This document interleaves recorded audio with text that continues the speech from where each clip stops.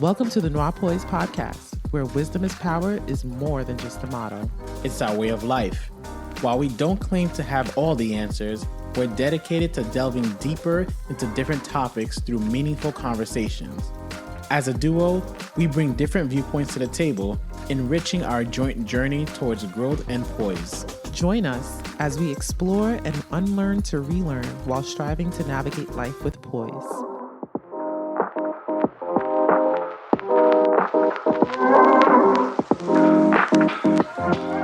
You've heard the term happy wife, happy life. Yep, I certainly have heard that. I'm sure most people have. Now, as an adult, when I hear that statement, I actually despise it to some extent because it always makes me feel like one person is able to get what they want or do what they want while the other person just has to take it and deal with it and be like, well, is she happy? Okay, fine. And today's topic, we're discussing self-expression. And based on our previous episodes, if you've listened, you've heard us discuss how difficult it is for many to express themselves, be vulnerable with their loved ones, and sometimes, honestly, even with ourselves, right? Yeah. So knowing how to express yourself and understanding how it plays an important role in communication with those around you. You know what's interesting? Of course, we decided on this topic a while ago. Yeah. But I was a little unsure of what does it mean to self-express. Really? Yeah. Okay, well, self-expression is literally just translating your thoughts into words. Translating your emotions into words, taking what's within and then bringing it out in the form of communication. A lot of people obviously will think self-expression when they see that term. They think of maybe like artists or art in general. But in this aspect, we're discussing it as far as like communication. So how to express yourself in communication, Right. or in communicating with people. It sounds simple, but I think that's one of the most difficult things to do. No, I think that's definitely true. For myself, I've struggled with it and I still do now. I mean, we've talked about it in other episodes. If you listen, you'll hear some of the things we've experienced, which clearly indicates that finding a way to self-express is a constant struggle. And I think it's one of those things in life that we're going to constantly have to work on or at least evolve. Right. Especially when you're dealing with someone else, because it's not like you're self-expressing to yourself, you know, like you're trying to express these things to loved ones. So if someone else is not putting in the same work, that can become a struggle as well. Yeah. And I'm glad that you mentioned how most people would, when they hear the term self-expression, they think of art or artists, because I think that society rewards artists, but they also frown upon self-expression. So if you really think of your day-to-day, you're expected to operate like a robot. Right. Wake up, have breakfast, get to work, do your work, come back home, eat, sleep, repeat. And the moment you try to break away from that, whether it's vocally or through some action, I think, unfortunately, society frowns upon you. Like, they look at that person and essentially ask, what's wrong with them? Yeah. And that's why I think it's important to build a comfort level on who you are and build confidence to be able to self-express despite what society says you should be doing or you should be feeling, despite what those around you are saying. You become confident in your authenticity. And in doing so, it allows you to be able to find your voice a little bit. Right. There was a time period of my life where I grew really frustrated with the people around me because I felt that they didn't understand me, or essentially I was in my feelings. But then I had to stop and realize or ask myself, have I expressed what I needed from them? And that was a big wake-up call. And to be quite honest with you, that caused me to wipe the slate clean with them. So any feeling of animosity I may have felt, I realized that I had to take accountability, because you can't expect someone to understand you if you yourself don't know how to express yourself. Or if you yourself haven't even expressed yourself in general to them, people are not mind readers. Exactly. I think subconsciously we always assume that people are just supposed to know. They're just supposed to know you had a bad day. Just supposed to know you don't like something and somehow manage to fix it for you. It sounds silly, but a lot of times we don't realize that we haven't really expressed ourselves to the point where it gives other people, our loved ones, an opportunity to respond. It's interesting that you say that, because I feel like everyone's just kind of caught up in their own little world, that they don't stop to recognize that the next person is not consumed by what you're feeling and what you're going through. So you have to take responsibility to let them know where you need them to step in. That's just a reality, because similar to you, that's how I was. And I think a lot of people are probably having the similar thoughts, where you expect your husband or your wife to play a part. You expect your parents to play a part. You expect friends to show up and do things. You expect family members to play a role, but you've never had conversations on what the expectations are. And that's a big deal. People always have expectations and end up disappointed because of those expectations. I feel like that's one of the barriers of self-expression, is being unable to accept accountability on what you've done wrong. Right. Because you not expressing yourself and then expecting a different result from people, it's not their fault, it's your fault. Nonetheless, yeah, people have common sense, but we've learned over time that even in common sense, you shouldn't expect people to do what it is that you want them to do if you haven't expressed what it is that you want them to do. It's that simple. Some more barriers that come into play with self-expression and why people tend to have difficulty expressing themselves effectively is some of the topics we actually discussed in previous episodes. So like the fear of judgment, self-doubt. You mentioned societal expectations. That's one of them. Those are some of the obstacles that people struggle with. And like we mentioned in the episode of vulnerability, we tend to put a certain pressure on ourselves, or more so, we tend to have a certain mindset that prevents us from expressing ourselves or being vocal about certain emotions. What you just said actually reminded me of, this happened a few years ago when I just picked up learning how to trade the stock market, and I had this mental picture in my mind that I was going to liberate my family financially. Most people do. Like, I was looking at you sometimes and I would look and think, she has no idea the amount of money I'm about to bring in the next couple of months. Bro, anybody who trades the stock years ago. Yeah. Anybody who trades the stock market, I think you go through that period where you see the amount of money that could be made and just think to yourself, it's going to happen quick. It's about to happen. It's about to go down. But obviously after, some time trading and losing, that pressure was still there. Not, in fact, it was even more because I had built up that anticipation. And I remember one particular day where I blew up an account, which just simply means I lost everything. I came to you extremely upset. And you reminded me that while trading and learning how to trade is great, it wasn't a necessity at the moment. At that moment, when you said that, it was like a wake-up call, because I was internalizing everything. So in my mind, it was a necessity. I convinced myself that it needs to happen now or in order never. to do all the things that you wanted to do. Right.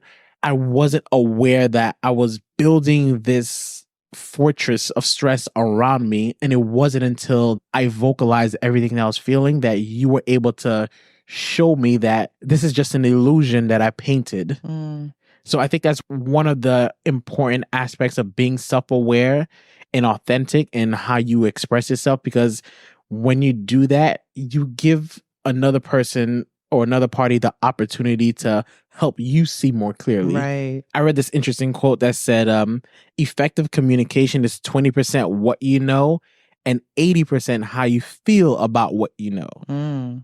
So it goes back to the assumptions that we talked about previously, how a lot of times during communication, it's heavily assuming things. The other party is just assuming. And that's why I think understanding the root of why you're feeling the way you're feeling ends up leading to you being able to better solve whatever problem you're currently having. So I always think back to that moment, because if it wasn't for that moment where I started expressing myself, I think it literally would have ended up breaking me down. Yeah, and I think that's what a lot of people go through.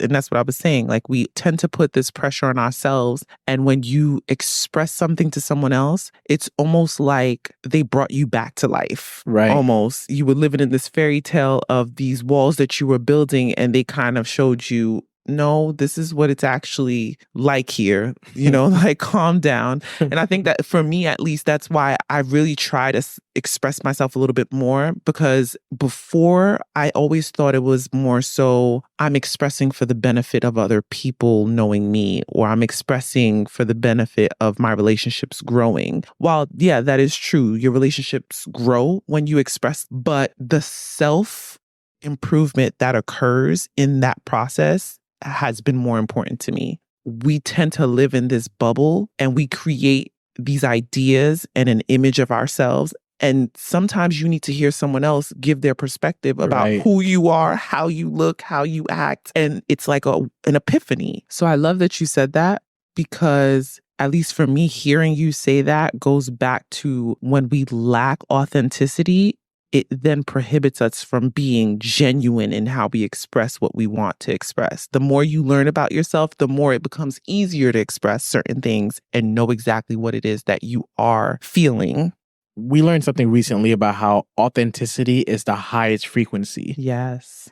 And the way I think about it is we're all unique in our own individual ways. Mm-hmm. We all have our specific paths. I can never get to where I need to get to by trying to be you. Exactly. And you can never get to where you want to get to by trying to be me. You have to be yourself. So as uncomfortable as it may be, you might worry about people judging you or whatever. Unless you learn to be your authentic self, you will never get to where you need to be. 100% love that and agree with that. I was just having this thought earlier today. So we just recorded another episode prior to this, and I was kind of like bulleting out what needed to be discussed. And while I was doing so, I had the thought like, but this is not how people do podcasts. Mm-hmm. And sometimes that comes back to play in my mind where I'm like, okay, everyone out there is not doing it like this. I think there's a general expectation with podcasts now. And I had that thought earlier where I kind of felt like, are people really going to listen to this? It's not like a general podcast. You know what I mean? Like, we're not doing all the extraness. We're really just having like conversations with each other. We're bulleting out certain points that we want to make, and we're discussing it and learning. We're learning ourselves from it. I can't even list how much we've learned just with the few episodes we've recorded so far. And you saying that was almost like a confirmation, because that's what I reminded myself. I told myself, remember, we're being Ruth and Sam, and that's all that matters.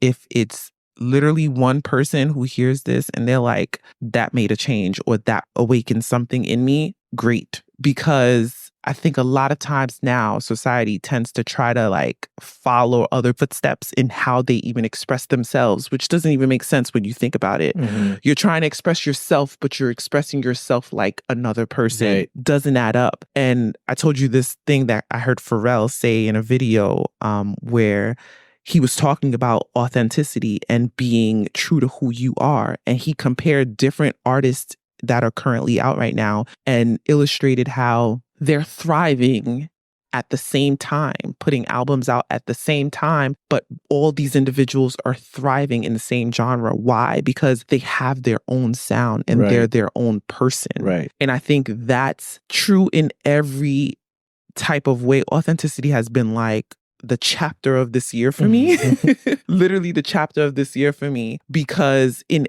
everything that we discuss, in everything that I learn, it goes back to self-reflection and being authentic. And I don't find it to be a coincidence that statement came to us when it did. Yeah. So in expressing yourself, you can't express yourself if you're not being authentic. Yeah. And authenticity is natural.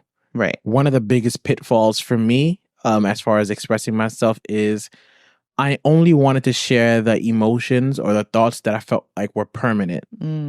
if something happened to me and I would still be processing my emotion, what I would typically do is sit there in silence, internalize, thinking to myself, there's no way I'm this angry. There's no way I'm this annoyed or frustrated. Let me wait until I calm down. Then maybe I'll share how I really feel, which again, there's a time and a place for everything. Because that's okay sometimes, but it's just knowing when it's not. Right.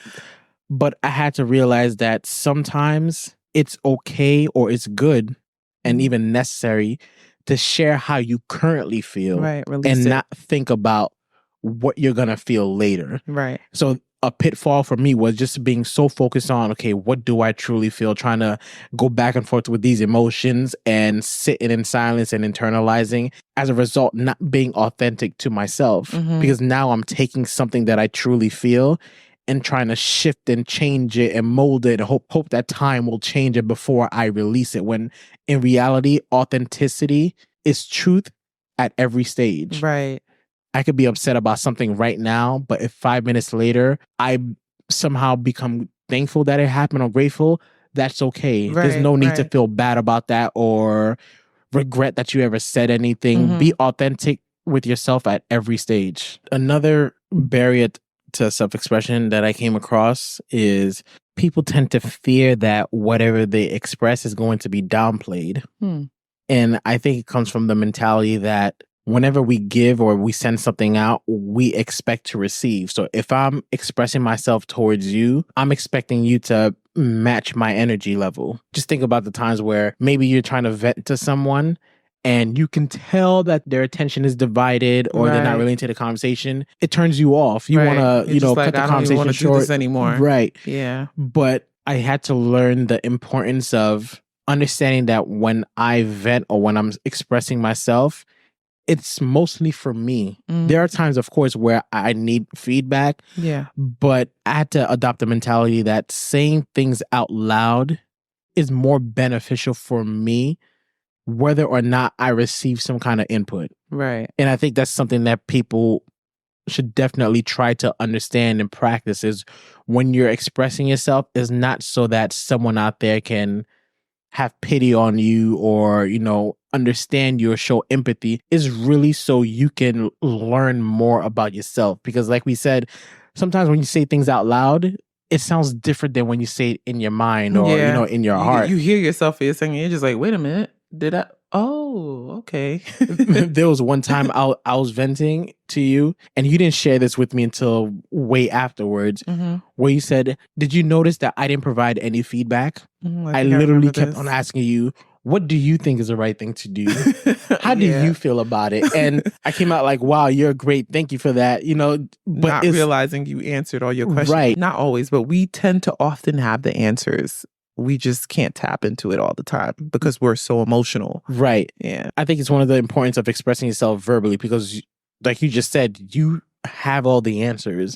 When God created us, guess what? Everything is in us. It's all about unlocking it. Everything you want to do, everything you're capable of doing is already inside of you. You just need to learn to unlock it. And sometimes that unlocking comes from expressing yourself. Right. And of course, expressing yourself in the moment has its risk, of course. You don't want to always speak out of emotion. You want to be able to express yourself while being respectful. But I'm curious, communicating with boundaries, how do you do that exactly? Well, not necessarily communicating with boundaries, which you should do that too, but communicating boundaries. So in the moment of self-expression, both parties know what the boundaries are. Let's say you're self-expressing in the moment of feeling an emotion and you have a tendency to yell. I have a history that involves, yelling that may feel a little bit of abuse or whatever, abusive to some extent, or maybe it's my upbringing. This is just an example. It's not facts. And I then communicate to you that you're free to express yourself in frustration, but out of respect for me and how it makes me feel, if you would just express in a calmer tone. Okay, so that's an example of setting boundaries or communicating boundaries. So in your moment of self-expressing, you keep that boundary that I previously expressed into consideration. I see. So if I'm venting towards you, you shouldn't walk away from the conversation feeling worse than before. I wouldn't say that necessarily. I mean, yeah, you don't want to do that, of course, but it's more so having the conversation in a mature manner that doesn't make the other person feel disrespected. Got you. Some people may look at self-expression and think, well, this is how I feel. I'm saying what I feel and how I feel, however it wants to come out, which to some extent there's truth to that, but you have to consider the person that you're expressing these emotions to. It's not a license to do whatever you want or say whatever you want in the name of self-expressing. Right, exactly. So a lot of people, one, don't know how to set boundaries. And a lot of people tend to overstep boundaries in the moment of self-expression. Reasons why people find it difficult is for many reasons, of course, but some of the ones that I saw were the desire to control, fears that they may have, whether that's rejection or abandonment. It could be their upbringing and the environment that they grew up in where they didn't have limits. People pleasing and low self-esteem. Like those were the few that I ran across that often make it challenging for people to set boundaries for themselves. Could you explain what communicating boundaries are? So boundaries are basically set to protect your own time, your energy, and your needs. So in other words, if someone is expressing themselves to you and they're doing something that makes you feel disrespected, you're entitled to let them know that, to express that to them in a respectful way and let them know that the way they choose to express themselves, there's a particular part that is very disrespectful and they can express themselves in a different tone. So for example, yelling. Some people in their frustration, they become yellers. So imagine a wife coming home to a husband and she's expressing what she feels, but she's yelling.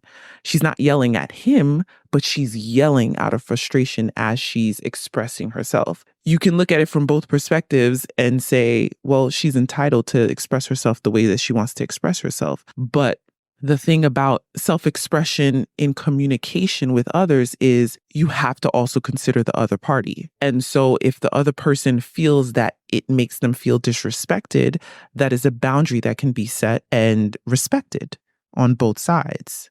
Too often, I feel like people are so focused on themselves and it becomes a process of, I win this time, you lose this time, and I lose next time, you win next time. Everyone can win.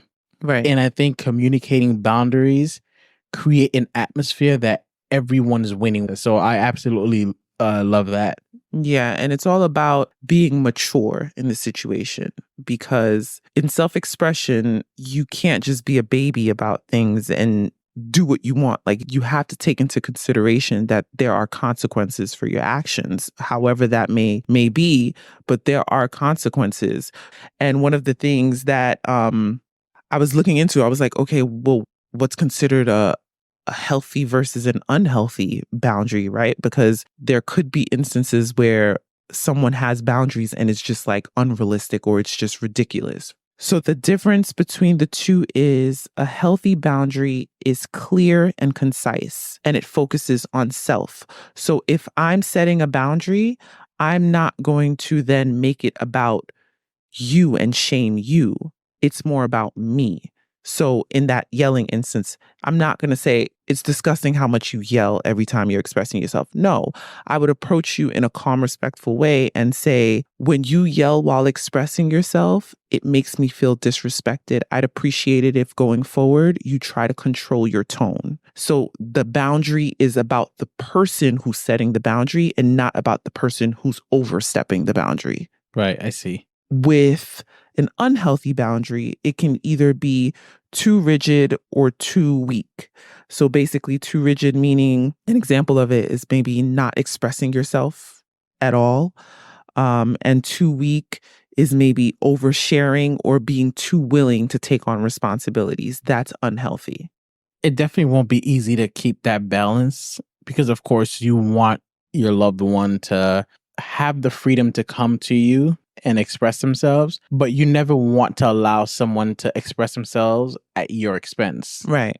Because then you're going to need to express yourself and it's just going to be a back and forth. Yeah. What really stood out to me about what you just said is with the unhealthy balance, which is keeping unhealthy boundary, which is either being too rigid or too weak, oversharing or unwilling.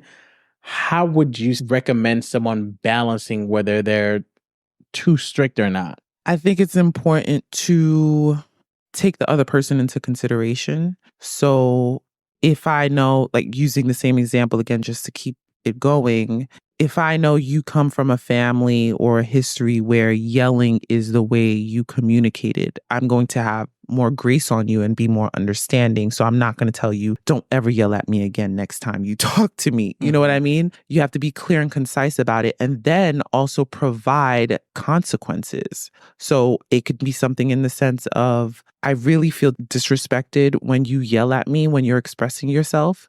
And because I feel disrespected, I can easily see it going somewhere that it doesn't have to go because of what it's doing to me. Therefore, in the future, when you self-express and I start to feel disrespected, I'm going to have to stop the conversation or step away for a little bit. And I think that's a good balance because you're being understanding to how the person has been brought up, whatever the case is, and you're giving them grace to some extent, but you're also not disrespecting yourself or losing yourself in the process. You're setting a boundary that requires them to face some respectful consequences. And as time goes on, they will naturally start to realize they'll be unable to self-express to that person going forward until they then respect that boundary. So you focus on yourself. Again, it's not about blaming or shaming the person, whatever it is that they do that makes you feel disrespected or whatever the case may be, but it's more so focusing on yourself. In other words, you let that person know it makes me feel disrespected, so I'm going to choose to operate this way, and you choose to operate how you see fit. I was a little confused as far as, just how to communicate boundaries. But as you were explaining it, I realized, this is something that we've definitely done before, where what worked well for me is being prepared to explain to you why I'm creating these boundaries. So you don't think that I'm just putting you in a box. Right. And I think that's one of the main concerns that I had about creating these boundaries is I never wanted to be in a position or put you in a position where you felt that I was too rigid and you couldn't come to me and express what you felt you needed to express. Got you. For me, it was more so self-work and then having respect, even if I don't understand it. Self-work allowed me to recognize what I can and cannot deal with. And it then allowed me to be able to explain that to you in a way that you would understand it. Similar to what you just said. If you just tell someone, I don't like it when you do this, they may not always comprehend it. But if you break it down and illustrate to them exactly why or what it makes you feel, then they're more likely to have a better understanding and have more grace on you and respect those boundaries. And that's why I think actively listening and being open to constructive criticism is important, and put your ego aside, because sometimes the boundaries may be a little unhealthy and you have to be willing to hear out the person who's expressing to you why they feel like the boundary is unhealthy or a little bit too drastic. And personally for me, I think one of the things that tends to be difficult with the boundaries situation is not being able to articulate our emotions and not being able to have enough vocabulary to articulate the emotions. That's one of the things that helped for me, is understanding the different type of vocabulary and comprehending exactly what I'm feeling and not automatically going towards I'm angry or I'm sad. When you really think about it, in essence, you know how you're feeling. The problem is not do you know how you feel, because you feel what you're feeling at the moment. The problem is, how do I translate that? Also doing it in a way that's always respecting the other person's boundaries. Yeah. I learned most importantly that it's a necessity to communicate your boundaries. When you're describing the difference between healthy and unhealthy boundaries, I had to really do a lot of self-reflecting because I fell into both categories of being too rigid and too weak, where there were times when I told you not to say certain things or express yourself the way you needed to express yourself. And at the same time, there were times when you might have been expressing yourself that was offensive to me. Right. And you tolerated it. I tolerated it, or I dealt with it. So it's really eye-opening to see that there's an opportunity to grow for both parties in every situation. Right. Whether it's the person that's self-expressing or the person that's on the receiving end. I really appreciate that lesson because it shows that it doesn't have to be a win-lose. It could be a win-win. It's all about perspective. I piggyback on that, recognizing that sometimes you think you know something about someone and then you don't. So boundaries clearly, like you said, are a necessity. Thank you for spending your time with us. We hope you gained some knowledge today that'll promote poise in your life. We have new episodes uploaded every Thursday right here, same place, same time. Until next time, you can follow us on Instagram at Noirpoise Podcast to stay connected. That's NOIRPOISED Podcast. We'd love to hear your feedback. And remember, your wisdom is power.